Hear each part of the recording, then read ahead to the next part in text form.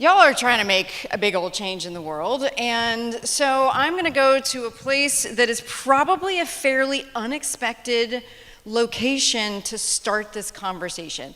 And as soon as I ask my first question, you're probably going to say to yourself, what does this have to do with what we are doing? And I will tell you up front, everything. Okay? All right, so by a show of hands, who has ever been to the Swedish furniture giant IKEA? Fabulous. Then you know. You know the lingonberries and the meatballs. Maybe not the meatballs. I got to read the room. So another question for you. By a show of hands, how many of you left IKEA with something you did not plan to buy? Yes, all right. Now, that's an interesting thing, and if you happen to look around, you may have noticed that you are not alone. In fact, there is research out of the University College of London that says that, actually, do you want to take a guess at what percentage of purchases from IKEA are unplanned? I heard everything from 10 to 72.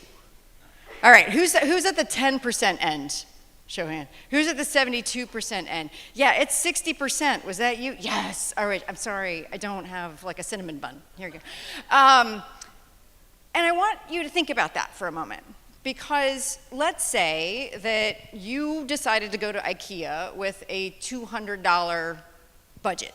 Fairly generous given how inexpensive many things there are. What that means is that when you checked out, after wandering the aisles, right, through the maze, getting distracted by the fnorks and the splanks and the splunkles, you walked out of there having spent $300 more than you had planned to on things that you didn't know you were going to buy, on things that were new to you, on things that you met for the first time. So the reason why I say this trip to IKEA has everything to do with it, because what happened in your head, and therefore what's happening in your partners' heads and potential investors' heads and potential grant makers' heads and potential all sorts of like your end customers and clients is the same thing. Because if you were to stop and ask yourself, why did you buy the Fnork? It probably went something like, well, I need it, and it's cheap. And if someone pressed you a little bit further, what might you have said about, well, why do you want it? Because I want it. I need it because I want it.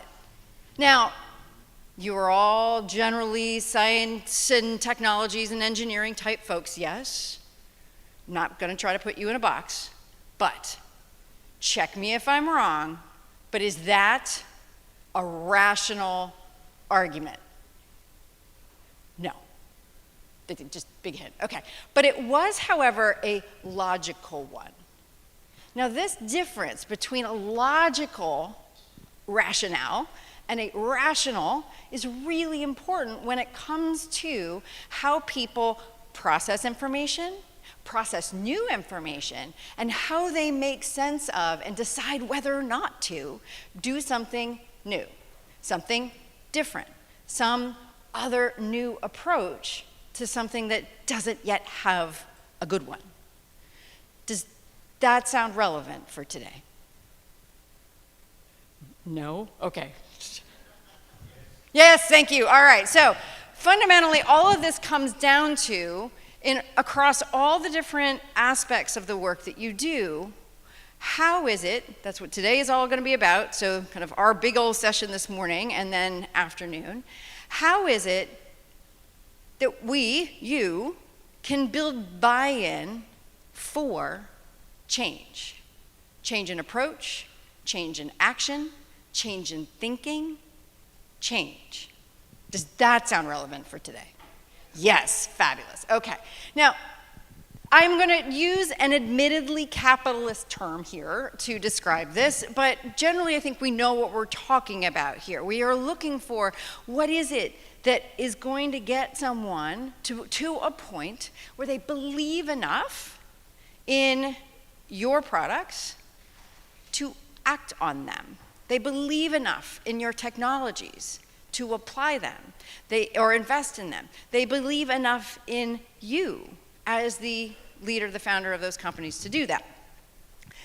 We are looking for figuring out how is it that they can become emotionally, intellectually invested enough to put their money behind it. In this situation, on a scale and at stakes far, far greater than this blanket IKEA. But the good news is that, again, engineers, scientists, technologists, check me if I'm wrong, but even the most complex systems that work, to quote Gall's law, are based on simple systems that work. And so, that is going to be true of your technologies, but that is also true for this incredibly complex system called the human making a decision.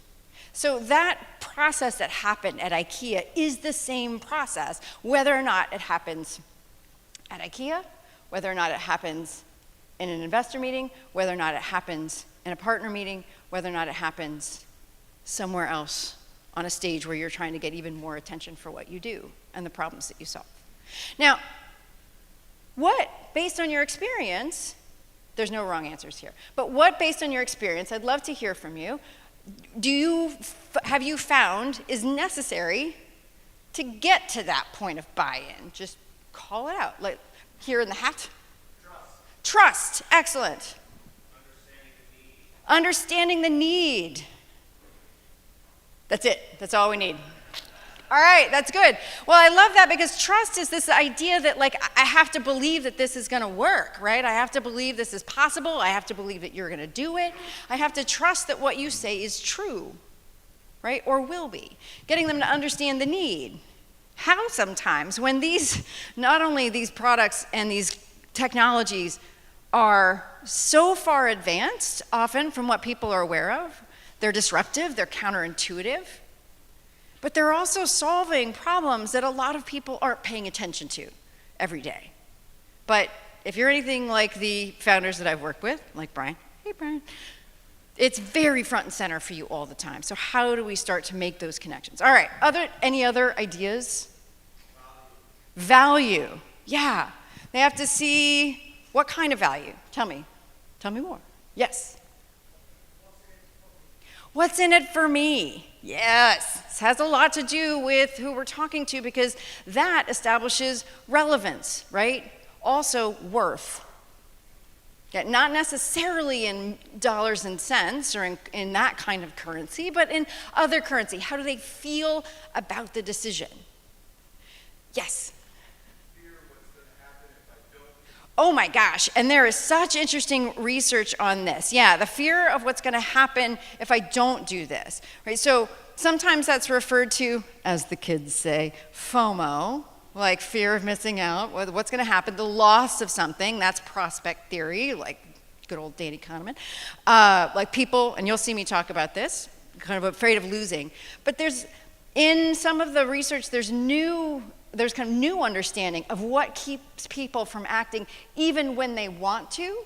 And sometimes it's FOMO, which is fear of messing up, of being the person who made the final choice. Yikes. Right, all right. Getting dark here first thing in the morning. You're like, yo, we were just like watching kelp last night, and here we are now. And all right, anything else? Integration? What do you mean by that? How does it fit? Is this even part of like, yeah, and I would think of that, let me see if this is correct, in terms of like alignment. Do I like you? Are you coming from a same place I am? Do you see the world the way that I do? You had one. That feeling part, man, how do we get that piece in there? Yeah. We'd like to think that we are totally rational humans, but then there's IKEA, and we're not. And investors, I like to say that I forgot to study science. I've tried to make up for it. there is this belief that is like, no, no, no, no, no, we make totally rational decisions. And I'm like, you make logical ones. But we'll come to exactly where that comes from. Now, test me and see if this feels right. But I would say of the things that we talked about, that when it comes to achieving all of that, 3 things are required. First, and in some different mixture, whatever, we need these 3 things. There has to be something about your idea that interests them. Or we have to create that interest somehow. Pro tip from somebody who spent 25 years in marketing, creating interest where it doesn't currently exist is not easy. We're going to avoid that. Just giving you a foreshadowing of later today. Okay. Second, if they're interested, then there's also this idea of understanding. Please understand this is not necessarily a linear process, but they have to understand. They have to understand what it is that you're talking about. They have to understand what the value is, what the worth is. They have to understand what the consequences are. Not only for the planet or the world, bless you, but also like their job. You may not be able to answer that. And then finally, and I think this gets to this integration, this alignment piece, there has to be agreement. They have to agree that the thing that you're talking about would indeed contribute a solution or part of a solution to an active, urgent, important problem that they care about, are already interested in, and oh my gosh, this is sounding hard. All right, fear not, because this is, again, we're going to come back to that idea of simple systems that work. And I'm going to tell you the answer now, that at the heart of all of it, of the most powerful messaging in the universe, is this. Is that we need to build an argument based on beliefs that the people you're talking to already have. And I know that sounds counterintuitive, because you're probably thinking to yourself, how can we possibly do that and generate something new?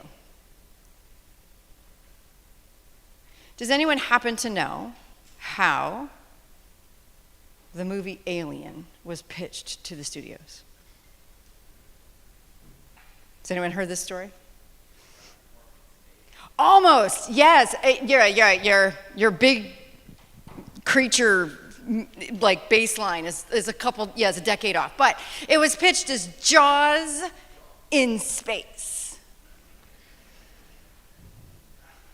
I mean, that comes to life, doesn't it, right? Jaws in space.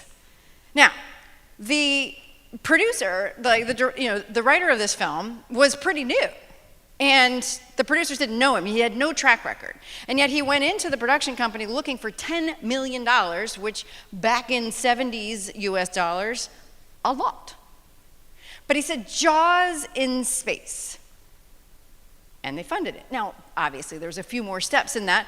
But why did that work? They already knew what Jaws was. And what Jaws was, I love English. I know, and I'm in communications, it's fun. What Jaws was the highest grossing movie of all time 4 years earlier. Until that is, which movie came out? Star Wars, 2 years later. So he goes, highest grossing movie plus highest grossing movie creates new movie, which has, by the way, become the highest grossing horror film franchise of all time. Build an argument based on beliefs they already have. Now, you might be saying to yourself, well, I didn't hear much of an argument there. But what was happening in those producers' heads was the same thing that happened to you at IKEA. They told themselves a story. So, with your permission, this is my plan for today. So, what is message design? You're seeing some of it in action, how and why it works, and how you can do it too. What I'm planning on doing with this first 90-ish minutes is, with a break in the middle, bless you, could cover the first 2, and then the breakouts are really going to be kind of starting to kind of put this into action for yourselves. Sound good? All right. Now, I would love to know, as we get started, what some of your wishes and hopes are for me on this stage with you today. What are, in other words, what are the things that you're hoping to unlock? Or a way that I heard it framed recently, which I like, what's in your worry box? Like, what are you worried about when it comes to things like messaging, et cetera, like that you would love to have unlocked today? Because the extent that I can, I want to make sure I'm tailoring this to what you all need. Now, part of it might be they're like, we don't know who she is. Does she understand science? I'm going to like rest on Brian for a little bit here. Yes. But as I have often said, I know a dangerously small amount about a dangerously large number of topics. So I'm going to do my best, but they're right. Any questions, wishes, hopes, dreams? Yes, sir. How do you get to understand what the audience's beliefs are? Okay, how do you understand what the audience's beliefs are? Excellent question. Yes. Would you like to know the answer to that question? I will give it to you. Pro tip, they're yours. You have them. Right? That's going to be one of the things that we uncover. It's actually going to be a belief that you have too. Other things that you'd love to uncover, know, unlock, things that have been a challenge for you as you've tried to message either your technologies, your companies, et cetera. Yes?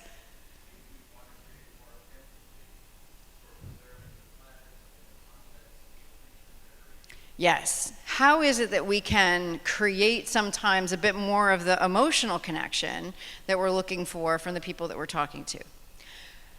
I'm going to tell you right up front, it's not always possible. Not at the beginning. Not at the beginning. And it's probably one of the conversations that I have with my impact-focused clients more than anything else, is that sometimes we have to, for the sake of the idea, for the sake of the mission that you are trying to serve, actually lead people to it rather than lead with it. I'm missing the part about kids. So that is going, so so you're thinking about, okay, how do we get them to understand this like legacy, this kind of what the future is, care about the kids? Yeah.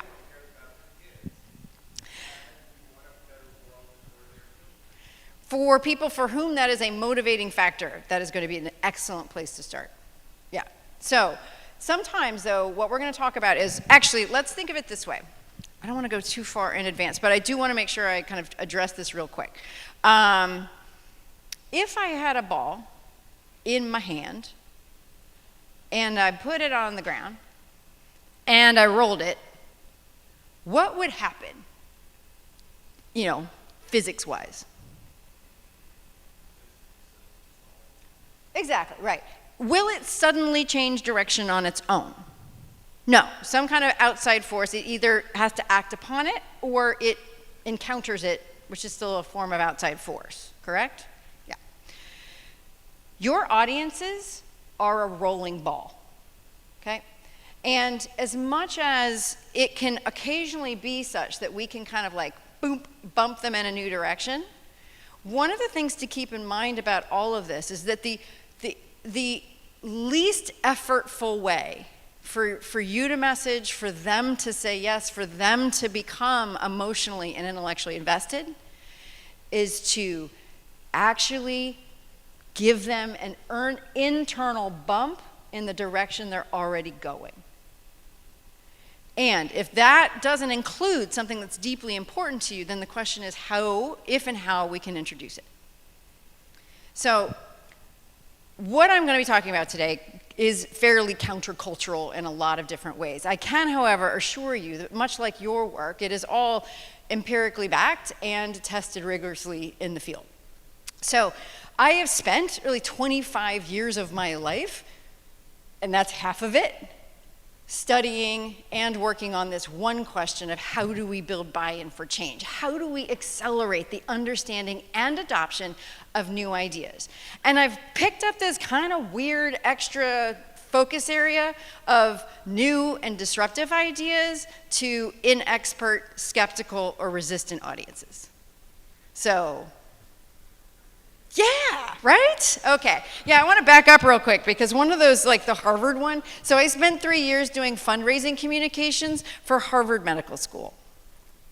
Let's just pause a moment. fundraising for Harvard. That's fun, right? And when I got there, people were like, the gift officer would go in and be like, well, Harvard needs money. No, they don't, right? And not only that, we were speaking to people about basic science, not how to cure cancer, but how does this purple kinase interact with that particular virus thing? See, dangerously small amount. But the idea was, how is it we could get there? So that kind of got bumped even further by two very impactful, for me, moonlighting jobs. One of which you see indirectly, which is that I spent 13 years moonlighting as a Weight Watchers leader.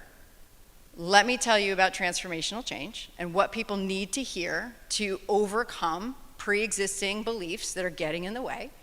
And for the last 10 plus years, I've been moonlighting as first the executive producer and now the idea strategist for TEDx New England, which is the only science-focused and science-exclusive TEDx event in the world. So I love figuring out a hard problem, so I decided to keep going. So I started a doctor program last summer because I was apparently lacking for things to do. And this is my focus, which is how is it that we can, through communications, establish change, not through persuasion, but through alignment. What are the keys to establishing mutual understanding as a passage to change, rather than how do I convince you to act in the moment, which then you're going to undo later? So, any questions about any of that so far?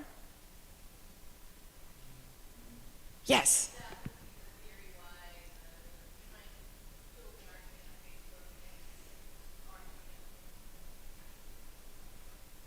Yes, that would be why just building an argument on Facebook and sending it out into the universe doesn't work. Yeah. I mean, for all sorts of reasons, yeah. We've got a lot to talk about. Yeah.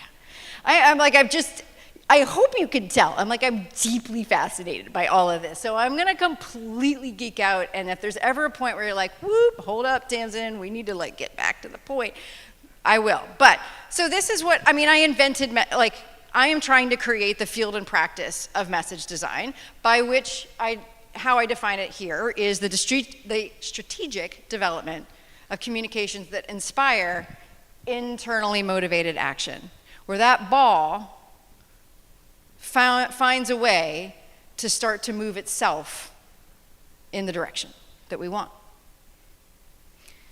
People are more complicated than balls, this is true. So this is all about this. And part of what you're seeing today is really the beginning of, and where I am currently on actually a whole theory of how by communicating what we are thinking, by communicating our strategic rationale for our ideas, that we can speed to both understanding and alignment that leads to agreement. So that's what we're talking about. Okay, now I'm going to go for another consumer product here today. I promise there's an example. It is not Brian's from Elemental to show you how all this works. But I wanted, because so much of what I'm talking about is countercultural to how oftentimes, and I know this from experience, startups have been taught to pitch, marketers have been taught to market, salespeople have been taught to sell, leaders have been taught to lead. It really helps to kind of spend some time with something that we all know and maybe love and mourn because it's no longer officially around, something that we know and are familiar with. So, what is this? It's not a trick question. Yeah, it's an iPod. Okay, does anyone remember how Steve Jobs introduced it at the Apple Developers Conference 21 years ago? Yes, say hello to iPod, 1,000 songs in your pocket. Now, I wish, like cinnamon bun. I wish I had them. Yeah, imagine. So the reason why I like to start with is A, it's very sticky. B, it was totally new. C, it was freaking expensive. D, it was marketed to consumers that were not necessarily Apple fans. It was intended to be kind of an entry thing for it. It was, if you stop and think about it, going to make people do a lot of stuff that if they had to stop and think about it, may not have done. You know what I'm talking about. Napster. Or ripping CDs, right? Like we'd spent years collecting this. But what I want to point out is that this is the end product of a much longer process of message design, which it will help us figure out. Now, with your permission, I'm going to continue with this example because I'm going to suggest that any product, any service, is in fact simply a container for an idea. It is a container that embodies, quite literally sometimes, how you think about solving a particular problem. Fair? Anyone want to fight me? Oh, yeah. Oh, you do? No. I'm scrappy. Okay. Yeah, I like to, so I've spent, I've always lived within 10 miles of water. My father was in the Navy, so all of this is very close to my heart. And I've lived in Boston now for 30 years, and I have lived there long enough. Any other Bostonians? I know there were some New Englanders here. Yes, all right. I've lived in Boston long enough to develop a Bostonian alter ego named Karen O'Sullivan. She loves the Red Sox and hot dogs. Yes, exactly, the best lobster rolls in Portland. It's bite into Maine. I know I've got some Mainers here. They're like, okay. Are you comfortable with me using this as a container for an idea? Great, okay. So here's how I wanted to think about it. I want us to think over the course now, the rest of the day, of this giant metaphor, right? Where this side is you and your idea, your approach, and that side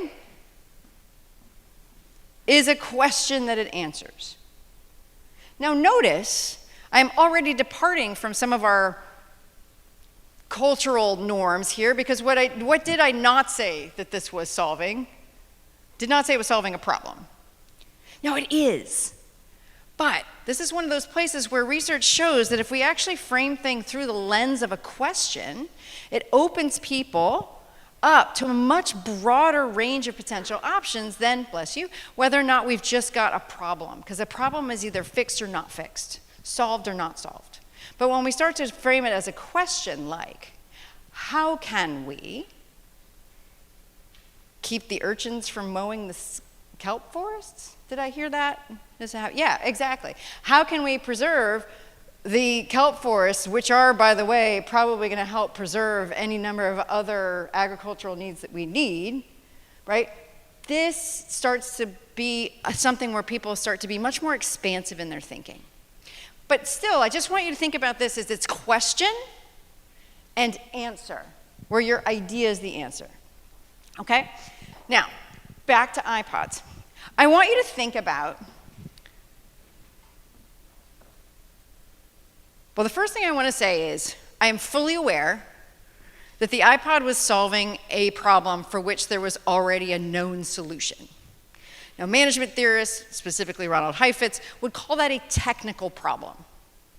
A technical problem has a known solution, a generally accepted as correct solution, and it is one of those things where we just generally need more information, correct information, better training in order to get there. I am going to submit that every single one of you actually solves what's known as an adaptive problem, which is a problem that does not have a clear, known solution. It requires new thinking. It doesn't require just more information about what to think or what to know. It requires that we change how we think and how we know so that we can come up with new things, okay? Now, to some extent, that is a little bit of what Apple was trying to do, but up until that point, listening to music was just considered a technical problem, right? What were some of the other ways that we had to listen to music back in 2001? Radio. Okay, we'll start there. What was terrible about radio? Ads, commercials, repetition, Play something new. Okay, what else could we listen to? What else could we do for music? Walkman. Okay. Some good stuff, but what was terrible about that? Bulky. Limited number songs, yeah. Oh, see, now that's the Discman, which, oh my God. I mean, the whole concept behind the Discman, I'm like, how are you supposed to like run with that?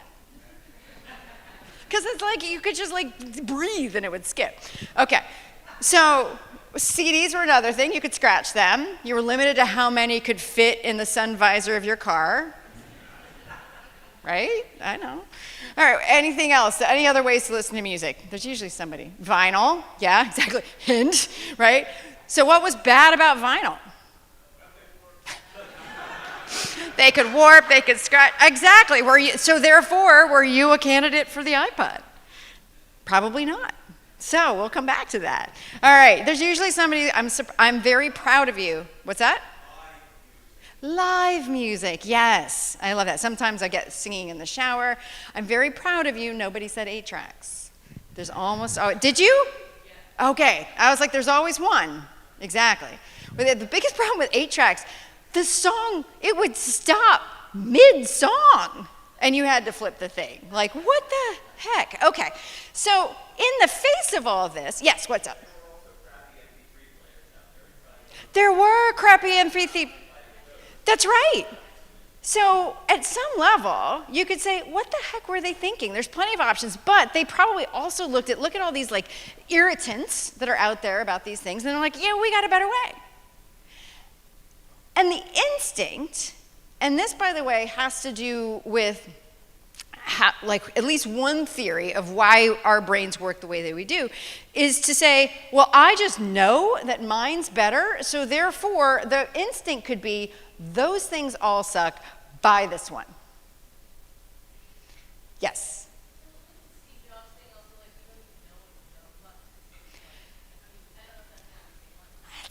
That is not a place where he and I align, but yes, yeah.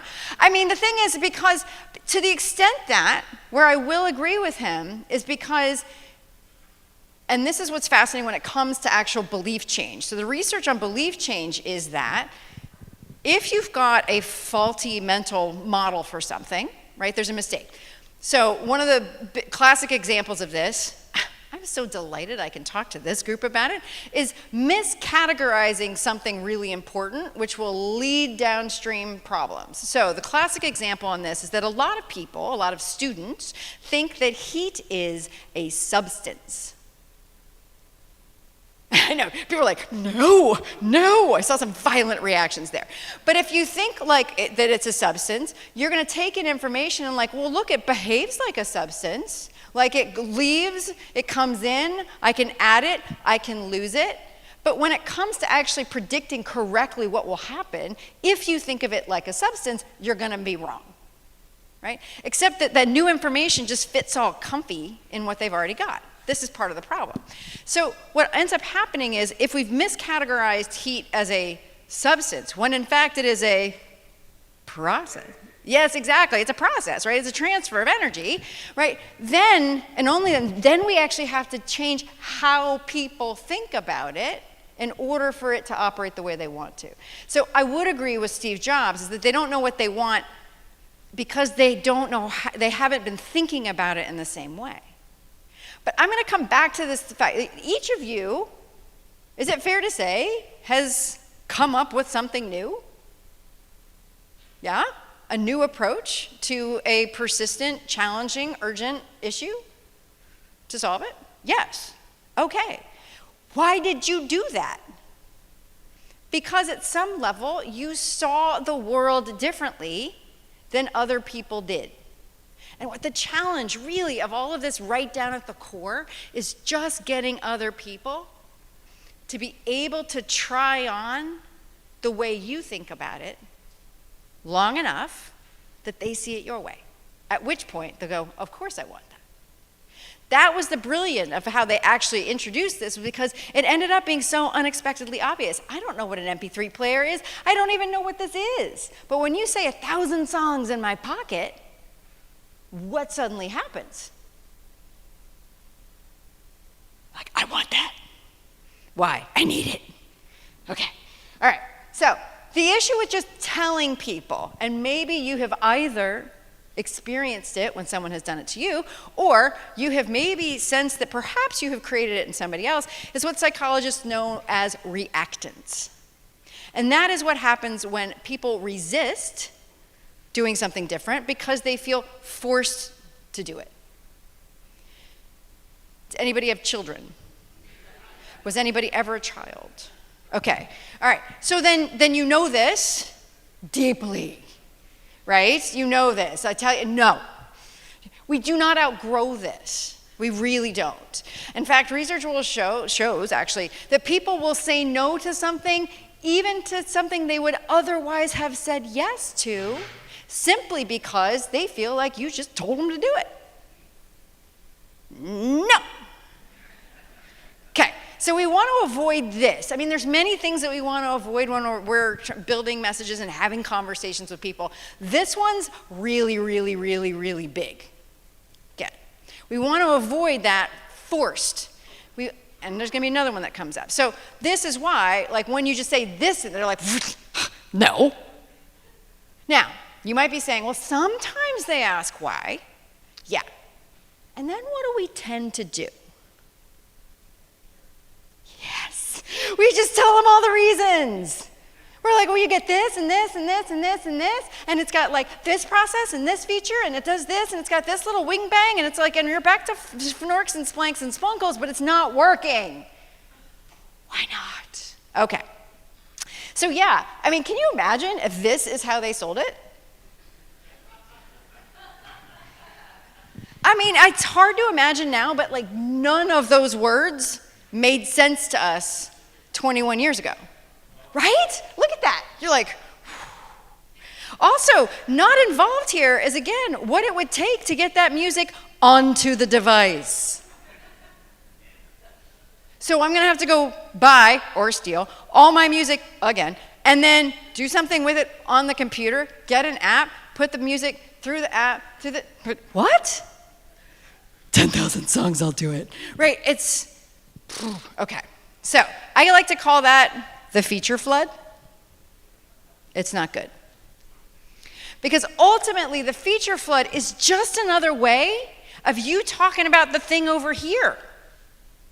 You still haven't provided them any new reason to do it. I mean, you haven't, yes, you've given them plenty of reasons. You haven't given them reasoning to do it. You haven't given the rationale to do it. We're hoping that somehow in all of that, something will stick. Now, the close cousin of the feature flood is the benefit bomb. It slices, it dices, it saves the world. Now, not only is this something that most people don't believe when it's new for the first time, they're not going to believe something does all of this stuff. They're not. Sometimes they don't have the understanding, but they're also just like, we're skeptical by nature. We've been burned a lot.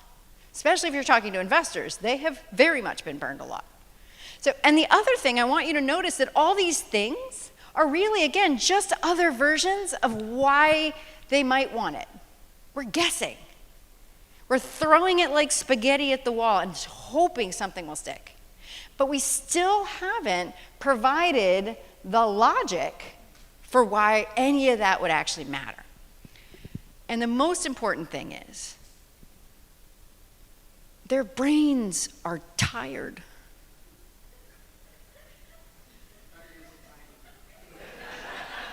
So there's like this one picture, I've tended to put it back in. There's this one great picture that looks like it's an X-ray of Homer Simpson's head.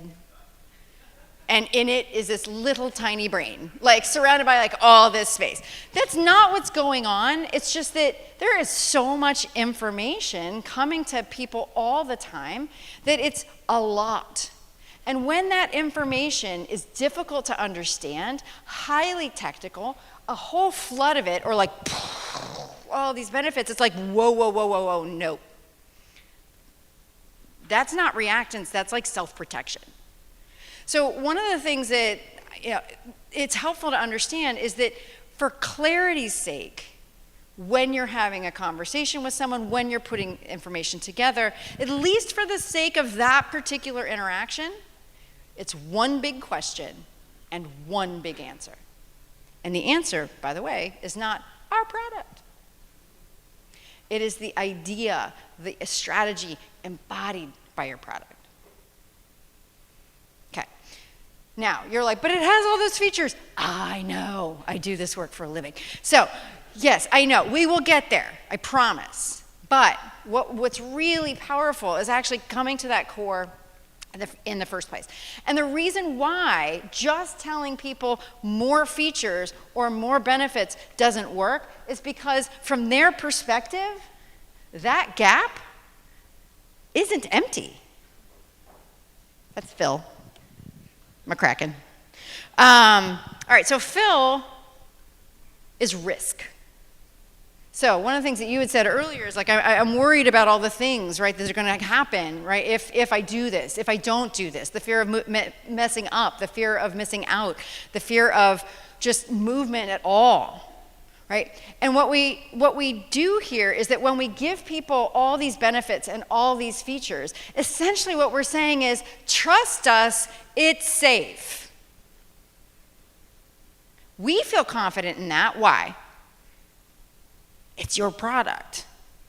You have all that information. Do they have all that information?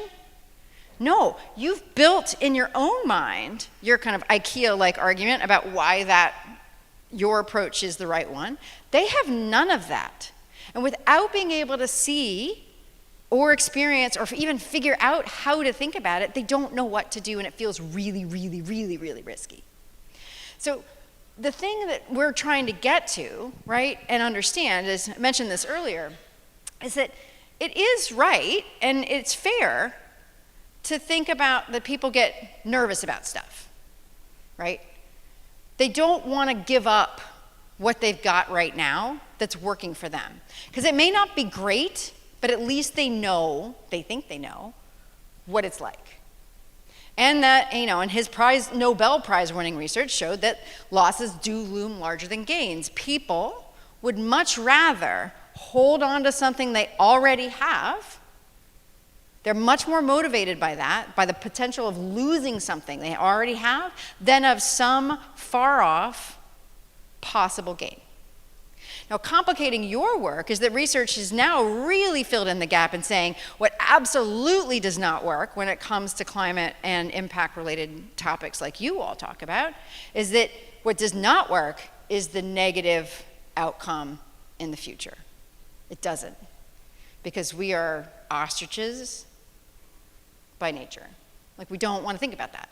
We don't right now, so don't make me. And it's the shoot the messenger effect is real. We will carry over onto the person that gave it to us any bad news that somebody brings. Like, oh, you gave me bad news. I don't like you.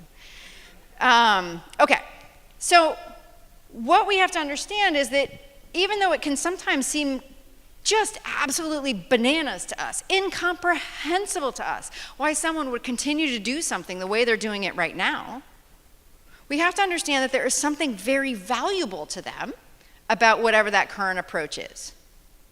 So for instance, let's go back to the alternative things that we had to listen to. You were planting a flag for vinyl, right? Yeah, so what is awesome about vinyl that you did not want to give up? Vibes? Yeah. All right, yeah. Yeah, liner notes. Yeah, exactly. So I have two boys, they're 15 and 17, and they are so into vinyl right now. Like, every birthday list is like a string of vinyl. Like, and they're like, look, Mom, it's pressed in Czechoslovakia. And I'm like, okay. Great. But they're so excited about it, like liner notes. Like, and then you remember when we went to CDs and they were like,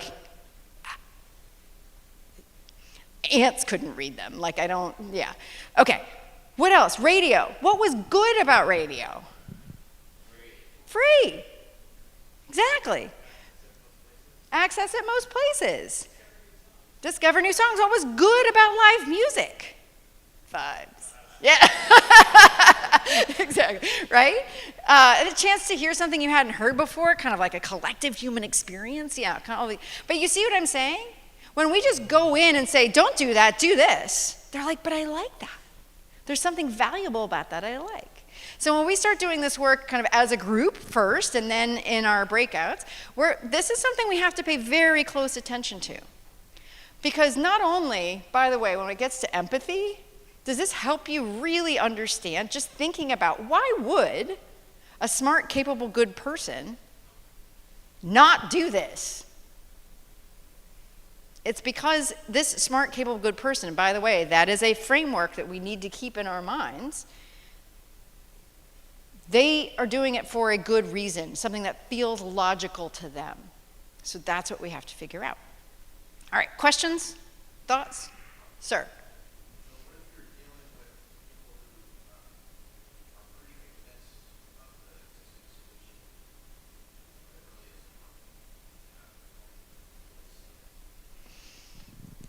That's like every solution, right? Like that's like every sales conversation ever.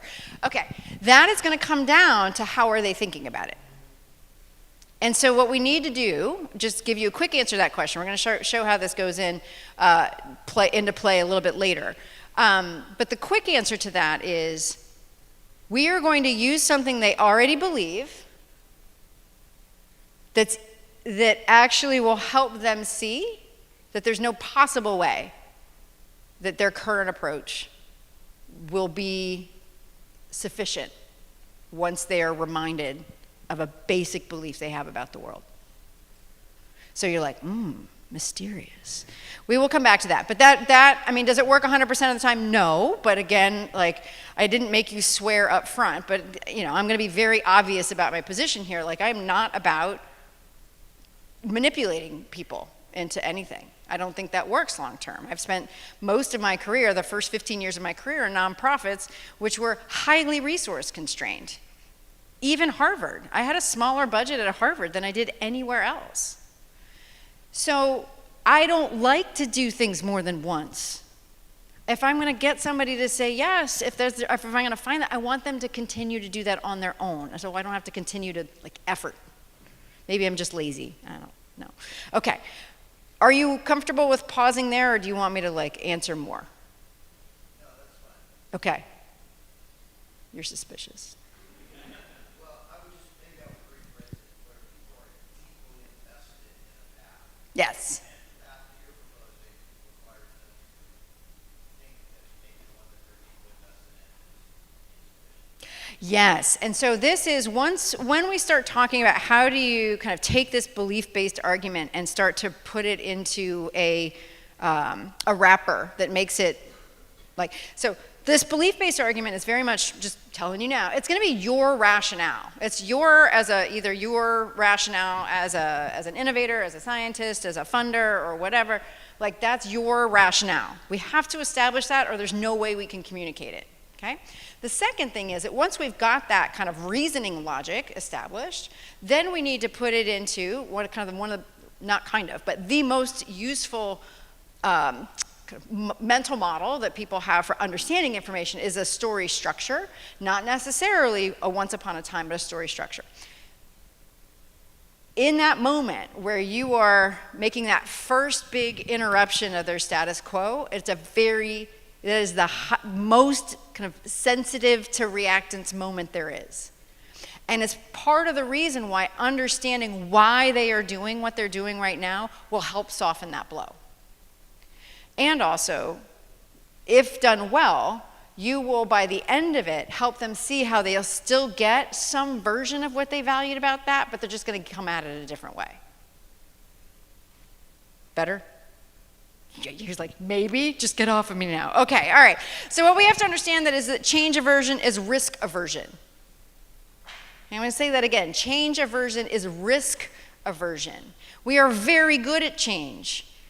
I'm finally speaking to a room of science people, and you know this, every discipline of science, basically, correct me if I'm wrong, if you're not changing, it's dead. Right? So we're actually really, really, really, really, really good at change. We're just not good at change we don't understand. We're not good at change that doesn't have good like reasons for it. We're not good at change that feels risky. That's a lot harder for us. So this is why I don't love starting with the problem. This is why I'm not a fan of tell them all the things that they're going to miss out on, like add like Phil and his brother Jack and like Beulah, because this does something very dangerous to people. And that is, it activates that fear. It activates anxiety. It activates, I also know I'm talking to a group of scientists, so I know I'm showing this right now as like left brain, right brain. It isn't that. It's back to Danny Kahneman and dual process theory. Okay, are we good? Okay. So like system one, fast, primal, shortcut brain in the amygdala and all the surrounding areas takes over. And what does it do? It shuts down the rational processing. It shuts down that tired brain that's trying to process all the information in it that it's getting consciously in working memory. Now, some people would be like, yes, I can get them to act.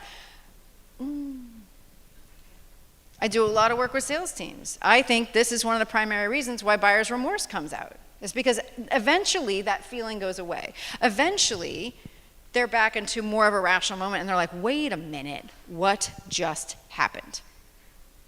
Yes, sir.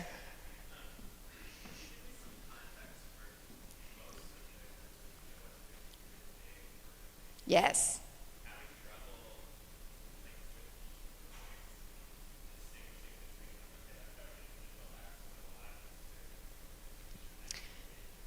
Yeah, fair point. So I'm going to start from the position that an organization is a group of individuals. And I'm also going to observe that while groups of individuals operate slightly differently at times than an individual on their own, that fundamentally one of the things that I learned, particularly through my 13 years as a Weight Watchers leader and all those years of marketing, is that nothing works at the organization level or even the market level or at the societal level if it doesn't work at the individual level first. So thank you for clarifying that. But what I'm starting first is to say, ultimately, what you are saying or showing or writing is going through, first and foremost, an individual's eyes. So I don't want you to lose there. Because if the first person who sees that doesn't see what they need, you're not getting in front of the group. And if any person in that group, something like one of these things I'm talking about happens, again, it's shut down. Why? Because this guy takes over.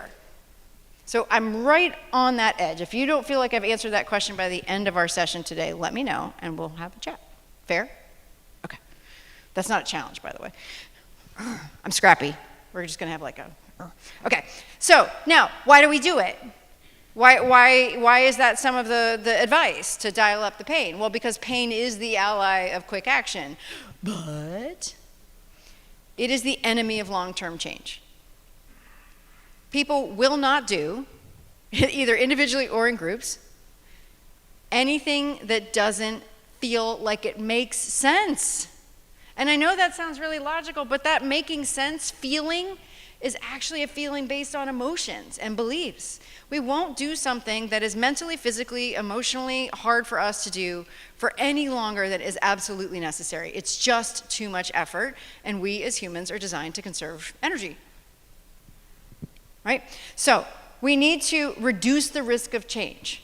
There's the other danger here, one other danger that comes into play. Increasingly these days, that the more information that's out there, the more pitches people are exposed to, the more sales tactics they're exposed to, the more they're starting to recognize them. And when people notice those coercive, manipulative techniques, when someone goes, "What if I told you?" I don't know about you, but my eyes roll. I'm like, well, what are you going to tell me? Fine. Or someone gives some kind of like dramatic, like, once when I was a child opening. It can be useful, but again, if it's done as a technique to coerce or convince, not as much. Okay, So what we need to do, and what all of the rest of today is, both here and there, is about reducing the risk of crossing. That's what a great message design does. It reduces the risk of moving off of where they are, ideally protects them entirely from perceived risk of the decision, so that they land with you and your idea, both individually and collectively, right? It has to make sense to the group as well. So we've got about 35 minutes. Does everyone need like a one function break? Yeah? One of my professors uses that, and I think it's perfect. Okay, why don't we take a one function break? What time is it? Oops, I hit a button. Come back in 5. Would that work? It's a one function break? Awesome. All right, when last we spoke, thank you all for the one function break. I just love that. Isn't it great? It's very specific. You're very clear on what the time is available to do. All right, remember when last we spoke, this was the goal. We want to reduce the risk of crossing so that we can take them from wherever they are right now. And here I'm going to start introducing some key concepts. If they are in fact a potential partner, client, customer, etc., how can we get them all the way across safely and free of fill? And unsurprisingly, for this last half hour, what I'm going to do is I'm going to jump around the slides a little bit, but I want to show you, kind of go quickly through what is it, give you a preview of the two-part workshops that are this afternoon. Okay, after this, sorry. I'm on East Coast time. What day is it? Time is a flat circle. Okay. And what we're going to do to solve this is go back to IKEA. Do you remember this, right? We said to ourselves, why did I get it? Because I need it, I want it. Everything about creating that risk of crossing comes back down to, again, building that belief-based argument. And more specifically, an argument based on beliefs they already have. Now, the reason why that happens is because every action ends an argument in our heads. This is true for groups and individuals. We will not do something unless we have convinced ourselves that it is a good thing to do. Even if we're convincing ourselves that it's a good thing to do because it's a bad thing to do. That may have been some of you last night. I don't know. But every action ends an argument, right? Another way to think about it, every decision has a story behind it. We tell ourselves stories to justify what it is we do. But notice, you probably weren't even aware back in IKEA that you were doing it.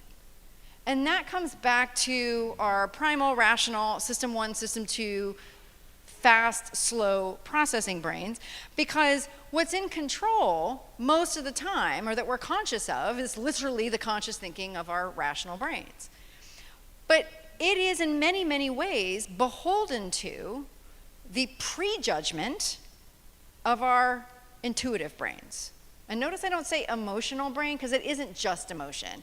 It's intuition, it's pattern recognition, it's shortcuts, it's associations, right? So, and if we think too much about like, how do I engage emotion, then sometimes we end up like adding fills to the process, okay? Or feeling manipulative. But this is important because any information, in fact, every single thing I have said up here today, and by the way, I really did not mean to dress like my slides. That was entirely accidental. I'm very pattern driven, and I love patterns that look like this, and I put them everywhere, even on myself. And so sometimes I just kind of blend back into my slides. Okay. But what that means is every single piece of information goes through a preliminary check of that fast brain. Anything. Do I understand it? Yes, no. Do I agree with it? Yes, no. Do I like it? Yes, no. And any follow-on rational processing is infected or affected by that judgment. Yeah?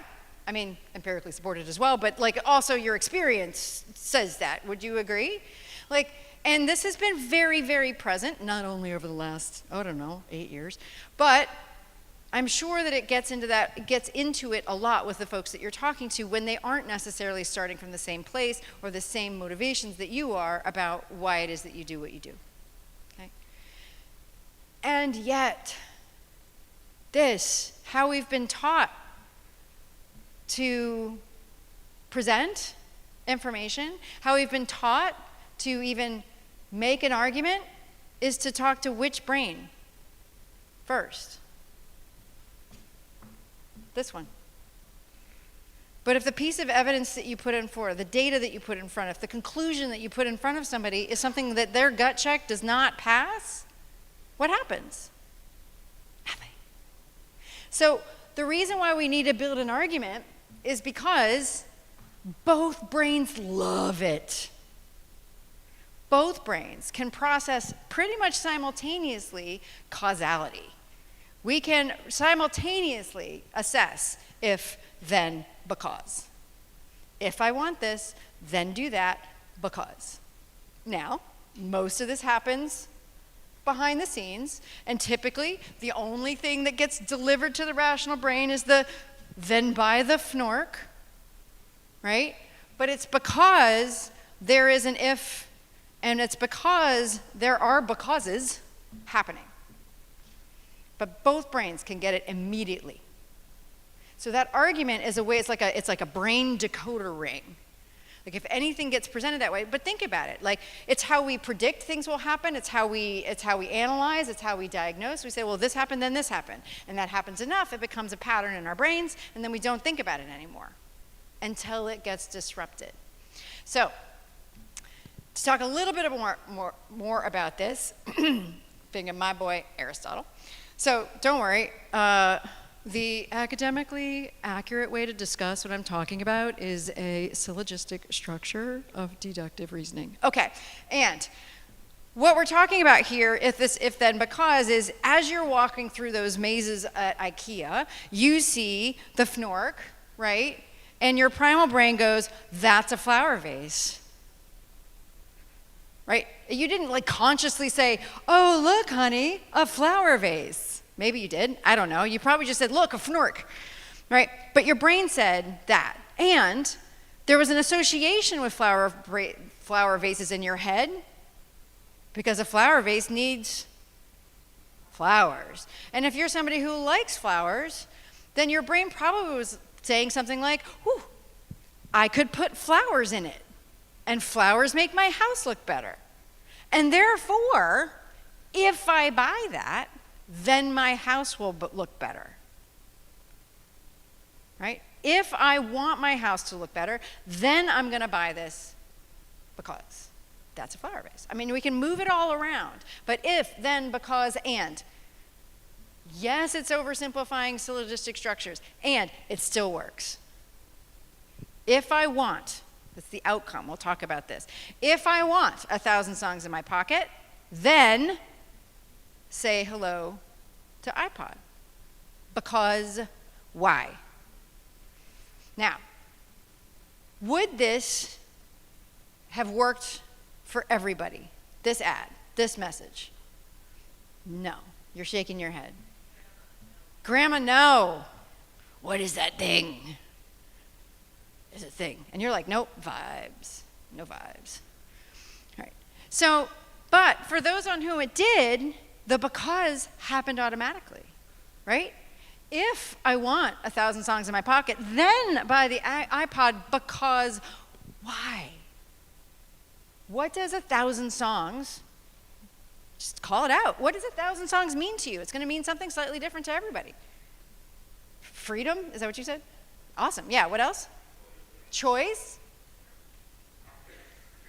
What was that? Happiness. Identity.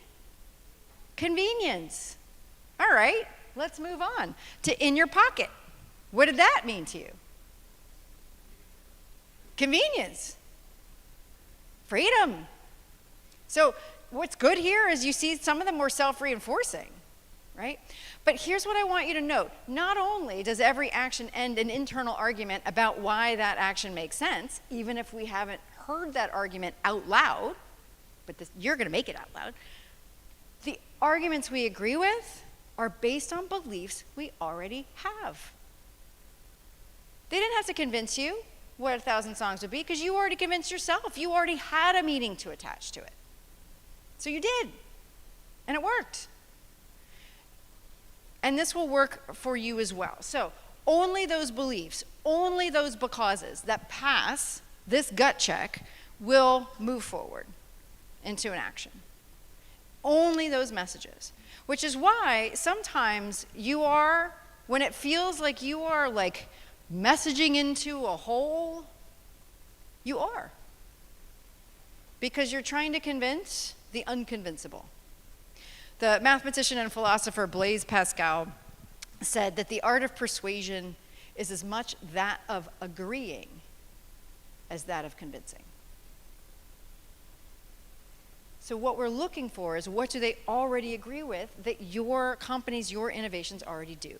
So fundamentally, this is what we're doing, and this is how we do it. We're going to build an argument with beliefs they already have.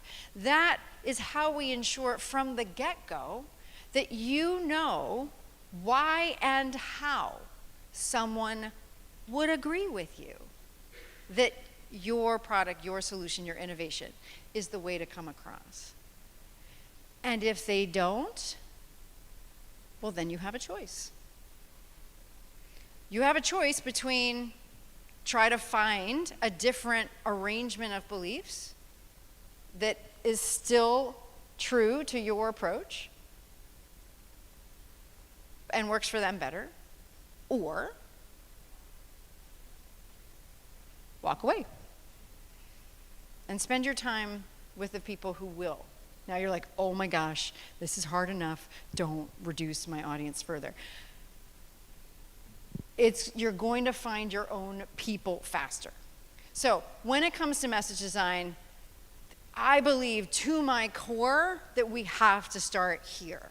It has to start with helping people understand why it would make sense, why it's plausible that this would work, right? And so what we're going to be producing in this afternoon is I'm going to show you the steps to creating this one-sentence statement of what you do. So if you want a better way to carry your music with you, then make maximum variety as portable as possible. I will admit, it's not a snappy tagline. But would you agree that at least one interpretation of that tagline is this? This is the rationale? Now, that's just a claim. So if anybody was like super into argumentation or debate club at school, I wasn't, so I don't know how I keep getting into things that I didn't actually study, but was there a question? No, okay. We need to support it. So what we're actually going to build, because it includes that core claim, is this. I believe that the foundation of this approach to messaging starts with saying out loud what I call your core case. It is the strategic rationale, the belief-based argument, behind why you believe that your approach is the best, a better, a new, a disruptive way to answer an open question. So if you want a better way to carry your music with you, then make maximum variety as portable as possible, because the more of your library you can take with you, the better. And the smaller something is, the more places it can go.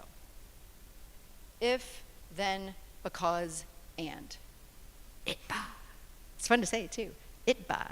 And something I've actually figured out fairly recently as I've been doing my research is that you can put these in any order.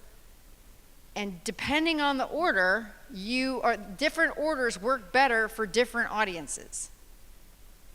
People who are already convinced, like the Apple heads, they were like, yeah, Vision Pro, I have no idea what it is, but I'm going to buy it.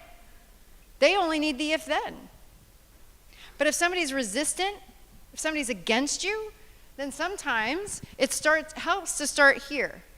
Well, because I believe and believe. That's why I believe. That's why if we want to do this, then we do that. I'll give you some examples. We're not going to be able to get into that detail later today, but I just wanted to preview. Okay, So what the foundation does is establish one of 3 critical beliefs that people need to have before they'll act on anything. This is true of groups too, by the way. Number 1, that what you're saying is possible in principle, that it's plausible, based on things that both their fast and slow brains agree are true. They can see, yeah, I can see why that would work, without you presenting any data or evidence or case studies or any of your technologies specifically. They just need to understand the idea behind it. And this is where we get back to Gall's law. And the good news is, thank goodness, scientists and technology, it's very often going to come back down to basic axioms, first principles about why your thing works the way it does. So as an example, it's not an ocean-focused one, but one of my clients at Elemental Impact was a company called Made of Air. Yes. And they make carbon negative building materials. Do I understand how they do that? No, I do not. Could I sell it? Oh, I could explain it. Because here's why it's necessary. A, they're working with people who want to meet their net zero targets for carbon. They're also working with difficult to decarbonize industries with materials that just are carbon emitting and will be for the foreseeable future. How do you square that, right? Math. Because if I have 2 of something and I want 0 of something, what has to happen? I need -2 of something. And there is the case for at least considering carbon negative building materials. Again, I don't understand the technology, but I understand what it does. And that, my friends, is key, particularly in organizational concepts, because are you the one that's going to have the internal meetings about you to the rest of the organization? Who's going to be making your case most often? Not you, right? You have probably 1 or 2 chances at the beginning sometimes, and based on that, it's about whether or not you've equipped that person to be able to at least explain it to somebody else. That is what this does. It allows you, by using kind of concepts that people already understand and a basic structure they already understand, and is very natural to them, allows you to make a message repeatable. Is this enough? Sometimes. But then what happens? Oh, I get it, but... So what comes in next? What do they need to believe next? Next they need to, it's not just plausible, it's possible in practice. And again, depending on what we're talking about, that can mean anything from it is implementable enough for us right now, it is cheap enough for us right now, it is easy to understand, we like you. It can also mean we trust you as the team to do this. It might be that we've dug in now to the technology and the science behind your approach, and we agree that this actually does work. We can see it. This is when they need to see the demos and the proof, the burden of proof is put out there and you meet it, okay? This is where the rational support comes in. Right? This is where you take something that's possible in principle, conceptually, and you make it concrete. Okay? That's what's necessary for that. So again, there's a good reason why we're doing that, but if people don't understand like the idea really to begin with, we're limited. And then the last one is, we kind of tapped on this way earlier today, the value. Was that you, Arne, that said that? No, somebody else. Anyway. I was like showing off that I remembered his name from breakfast. Yes. All right, that it's worth it, that the outcome is worth it, that the risk, the fear of messing up is worth it, right? That all the hoops they're going to have to go through internally to start this, to implement it, to say goodbye to the person they've been working with for 20 years, the incumbent that you're trying to unseat sometimes, that it's worth it. But what I've seen over and over and over again is that when you make this argument possible in principle, they can't unhear it. And it may not start as an immediate thing, but it just makes it a lot harder to forget. And that's, for some of us, real progress sometimes, right? Because you probably have very technical solutions, and you're probably talking to people that don't always understand exactly what you're doing or how. So we need to find a way to do that. So once we've got that possible in principle, then we dial up, which was kind of really dialing up agreement at the bottom. Now we need to dial up understanding. That is, just from a process standpoint, we won't get this today, but this is where, remember I mentioned earlier that we're going to take that reasoning logic and we're going to wrap it in a narrative logic for a story, create a story. So that's what we're going to do. That's the next phase. This is something I call the red thread. Yes, I borrowed that idiom from the Northern Europeans in the room, which means the logical connection of ideas. Fun fact, has anyone ever heard that, the red thread? Like not my red thread, but the red thread as an idiom? Yeah.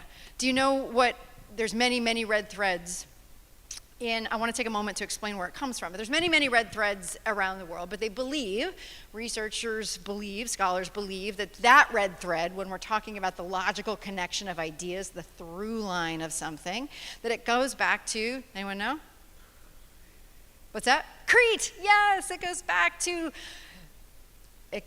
Theseus and the Minotaur and the Minotaur's labyrinth. And I'd like to say, a woman. So, because Theseus was the son of the king of Athens, this will be quick. Depending on which one you read, 2 years, 7 years, every year, they had to send people as tribute, Hunger Games style, to get defeated by the Minotaur in the labyrinth.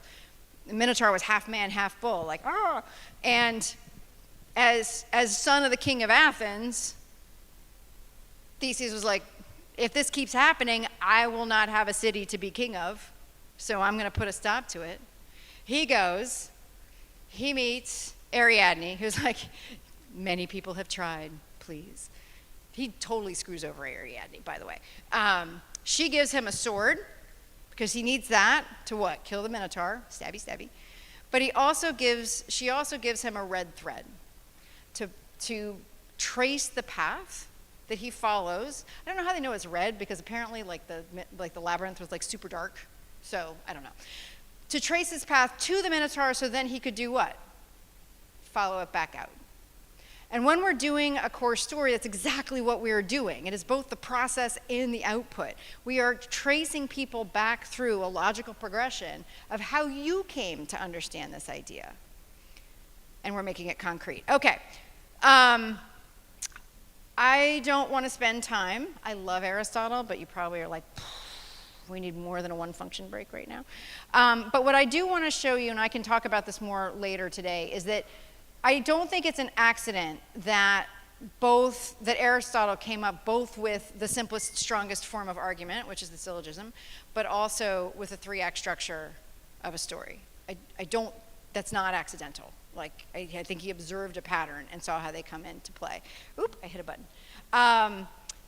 What we're going to be talking about, the core case. So this is the technical piece of how the reasoning and the rationale logic becomes story logic.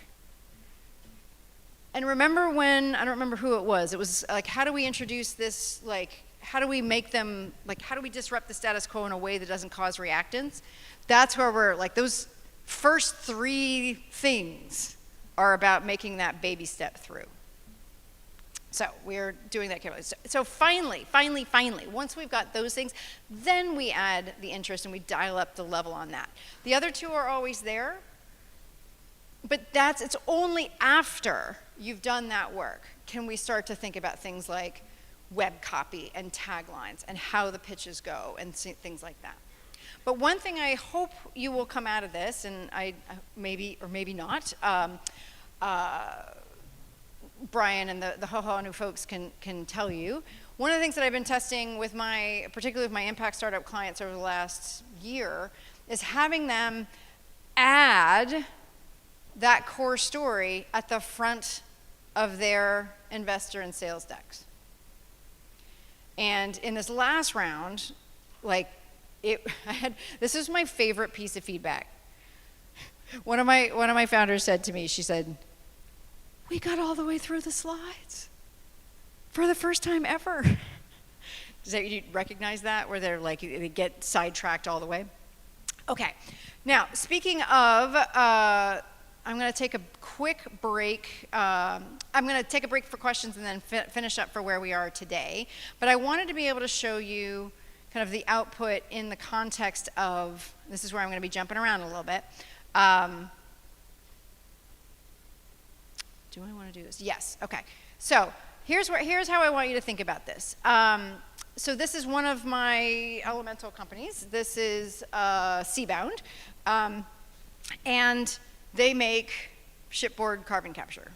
So I wanted to find an example that was not 100% tightly related to you, but it was still technical and water. But I have worked with sustainable fisheries, those kinds of things. I've worked with speakers who are talking about how to solve the tragedy of the commons problem when it comes to fishers, and also aquaculture. So again, dangerously small amount about a dangerously large number of things. So Seabound, this is what they do. This is like, they already knew this kind of coming in, I mean, but this is not how they said it. They talked about like their strategy is shipboard self-contained carbon capture. Can I tell you the science? No. Can I tell you how they do it? Kind of. No, I can't actually, because what they do is they basically pump the emissions from the ships into a container. That's the same kind of container that like container ships carry. There's a substance in there, carbon goes in, captures, and they can just deal with it, like offload it, onload it, that kind of thing. But if we think about, you're going to see more of this at the breakout. If we think about kind of what the question is that they are ultimately asking, where we landed on for them was this. That for them and their clients, the way they're going to connect, like they wanted to talk to people who are A, already interested in reducing carbon emissions from shipping. So this is part of the conversation we'll have in the breakouts is if somebody, like they could have started farther away, but they decided they didn't want to spend time talking to people to convince them why reducing carbon emissions from shipping was important. They wanted to start with that as a first principle, okay? And then they wanted to start from what's the fastest way to do it. Could they have done least disruptive? Could they done, yes. They ultimately decided they wanted to settle on fastest. And so what we did to build that core case, just to show you how this works, is that we really go through and build the answer piece by piece. So we know here we've got fastest way to reduce carbon emissions from shipping. They have their product. And then the first thing is to say, how do we now explain that in a way that doesn't require us to get into the technical things about like actually scientifically how is it getting captured? And so where we ended with them was with two pieces. Number one, self-containment. That was one of their primary drivers, right? Could they have also said all sorts of other things? Yes, but they are, at least to my knowledge, some of you may know different, one of the few that actually puts it into like a self-contained piece like that. Could be wrong. But, and this may sound like super obvious to you all, but it was not to the shipping clients and customers they were talking to, that the capture of carbon was actually really important. So we kind of looked at all their things and we said, this message is totally built on two things. Now, how to self-containment and capture, how do we show that to everybody else? How do we create the case for it? And where we ended up was, let me find it. We ended up here. We used beliefs, and I want you to see, recognize now what I'm starting to talk about. What we did was we used beliefs that people already have about how things work. And by saying, from their perspective, they believe that containment equals control, particularly from the shipper side, that was really important. That was important to them, and they want to speak to people for whom that's important. They know that that's coming back to them. Are there situations where containment doesn't equal control? Yeah, but they're not really coming up to mind. Do you see how what we're trying to find here is something that is as inarguable as possible? Right? And by the way, we're starting to, and this is how we start to change how people think about it. Now we're talking about emissions as a control or a containment problem, not something else, right?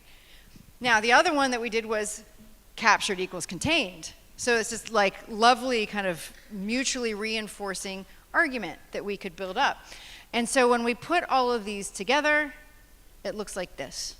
If you want the fastest way to reduce CO2 emissions from shipping, then capture carbon on board, because captured equals contained, right? The implication there, which is a fair one to make, is that contained means that there are as few to none emissions from that, and shipboard containment equals shipboard control.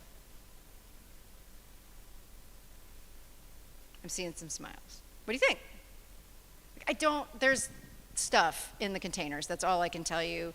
The stuff, the carbon, it goes into it's lime. I know that. It's actually a pretty cool process because it goes into the lime and then they kind of do that, and then they can like reuse the container, and then they sell what they take back out of it from the limestone to other people. And so this is the goal. What I would love for each of you at some point, whether it's today or not, and whether it's me or not, I give all of this stuff as free as I can. So somebody was asking me, right, do I do this, like, is there stuff, like, do I have talks? I do a half hour, no, it's an hour. It's an hour. I do a free webinar once a month where it's basically this. So if you're like, hey, we want other people to see this, you can, that's fine. But you all are getting the good stuff today and this afternoon. So this is what we're going for. Will you walk out of yours today? No, you won't. So let me set that expectation. This is actually quite a fast process, but it is not a 45-minute one. Fair? Okay, so what I'm going to do today is kind of give you a little bit more detail about what we're looking for, how to do it. I'm going to share with you a worksheet that you can use, you can show to your friends and loved ones and say, hey, look what I learned in Pacific Grove. And if possible, we're going to get you thinking more clearly about what that first question is, what that if you want. All right, let me pause here. I got 2 minutes. Questions, thoughts, concerns? Yes. Here, then there.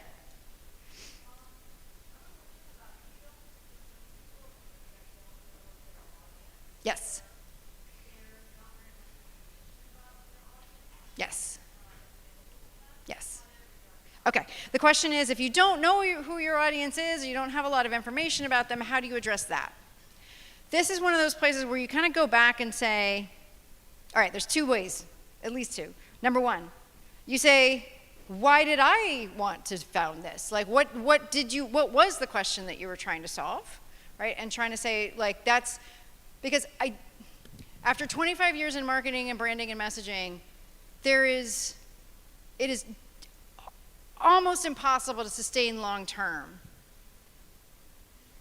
an outcome that you are not deeply passionate to your core about. And ultimately, like, that if statement is what is the promise that you're making. So that's the first place I would start. The second place I would start, and I hope I don't like horrify you, is use the fact that AI knows what the general bell curve of the population and what they know and what they don't know. Go into an AI agent and say, what are the questions you get most often about X from these kinds of people? Don't tell me what I want to hear. That's an important phrase, by the way. I want you to tell me what I wouldn't know, right? If I've missed anything. Tell me what the top 5 most common questions are, and use that as a start, because that's actually what it does well. And if it's a good tool out there, again, check it, verify it. You know, what I always say is that when I build these with clients, the next step is to go socialize them or to do more research with them, but it really helps to start with your own first. I'm gonna go, I'm happy to chat with you after, but I'm gonna go here and then at the back. have time for one more. There you go. Yes. So this, and then find me. Hi, you can find me.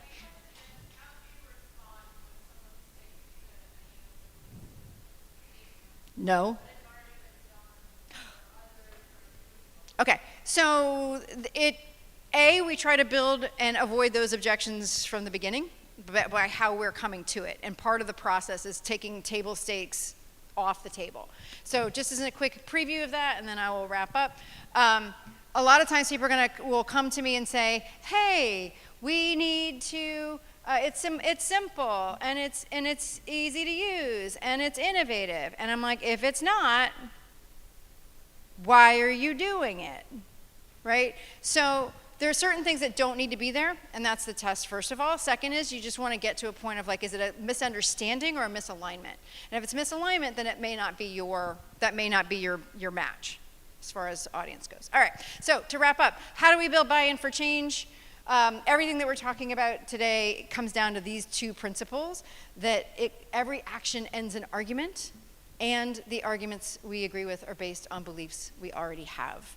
So that's why when we build an argument based on beliefs people already have, we not only engage their interest, but we keep it through making sure they understand not only what we say, but what we mean. The vast majority of misalignment and missed opportunity comes not from a lack of clarity of information, but from a lack of clarity of interpretation. This isn't about the message, it's about what it means to people. And fundamentally at the heart of it all is agreement. When that happens, then we've got that magical connection that gets people's hearts, minds, guts, brains, everything, and hopefully sometimes the wallets involved. But as you'll also find out, Monica, to your point, you'll likely actually make yourself stand out even more from the crowd, and ultimately, as I was talking about before, say what they can't unhear. Thank you so much. I hope to see some of you soon.